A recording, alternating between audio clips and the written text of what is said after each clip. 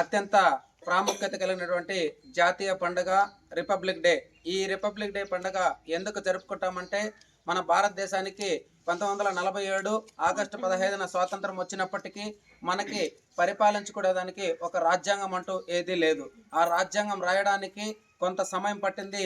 1947 August 15 నుంచి 1950 జనవరి 26 వరకు ఈ మధ్య కాలంలో 2 సంవత్సరాల 11 నెలల 18 రోజులు సమయం పట్టడం జరిగింది. ఈ మధ్య కాలంలో లిఖిత పూర్వకంగా మన యొక్క భారత రాజ్యాంగ నిర్మాత, మన ప్రపంచ మేధావి డాక్టర్ బిఆర్ అంబేద్కర్ గారు మన భారతదేశానికి రాజ్యాంగం అనేది లిఖిత పూర్వకంగా రాసి అందించడం జరిగింది. అందులో పొందుపరిచినటువంటి అంశాలు ఆయన విద్యార్థి దశ నుంచి చనిపోయేంత వరకు కూడా చాలా వివక్షతకి గురయ్యి, చదువు దగ్గర నుంచి ఆయన యొక్క చావు వరకు ప్రతి ఒక్క చోట కూడా అన్నచబడి ఆయన ఎదిగాడు. కాబట్టి గొప్ప చదువుకొని మేధావి అయినాడు. కాబట్టి ఆయన యొక్క అనుభవాన్ని ప్రతి ఒక్కరిని కూడా దూరదృష్టితో భావితరాల భవిష్యత్తును దృష్టిలో పెట్టుకొని ప్రతి ఒక్కరికి కులం లేదు, మతం లేదు, ప్రాంతం లేదు, పేదవాళ్ళు లేదు, ధనికులు లేదు, ప్రతి ఒక్క భారతదేశ పౌరుడు మరియు పౌరురాలకి ప్రతి ఒక్కరికి ఈరోజు మనం అనుభవిస్తున్నటువంటి హక్కులు ఏవైతే ఉన్నాయో ఆ హక్కుల్ని ఆ భారత రాజ్యాంగంలో పొందుపరిచి మనందరికీ కూడా ఈరోజు భారత రాజ్యాంగం అమలుపరిచి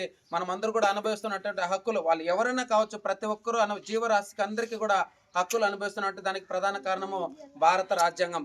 ఈ రాజ్యాంగాన్ని అమలుపరిచి 1950 సంవత్సరము జనవరి 26వ తేదీన ఈ రాజ్యాంగాన్ని పార్లమెంట్లో ఆమోదింపజేయడం జరిగింది. దీన్ని దృష్టిలో పెట్టుకొని ప్రతి ఒక్కరు కూడా ఆ రాజ్యాంగం ద్వారానే బతుకుతున్నాం. కాబట్టి ఈ రాజ్యాంగ దినోత్సవాన్ని మనము గణతంత్ర దినోత్సవంగా ప్రకటించుకొని జాతీయ పండుగగా జరుపుకునేటువంటి ఒక మంచి గొప్ప పండుగ మన గణతంత్ర దినోత్సవం అని కూడా తెలియజేసుకుంటూ, మీ అందరికీ 76వ గణతంత్ర దినోత్సవం తెలియజేసుకుంటూ, మన Chittoor national academy of construction skill development training centre ద్వారా ప్రత్యేకంగా యావత్ భారతదేశ ప్రజలందరికీ కూడా గణతంత్ర దినోత్సవ శుభాకాంక్షలు తెలియజేసుకుంటూ, జై భీమ్, జై భీమ్, జై భీమ్, జై భీమ్, జై హింద్.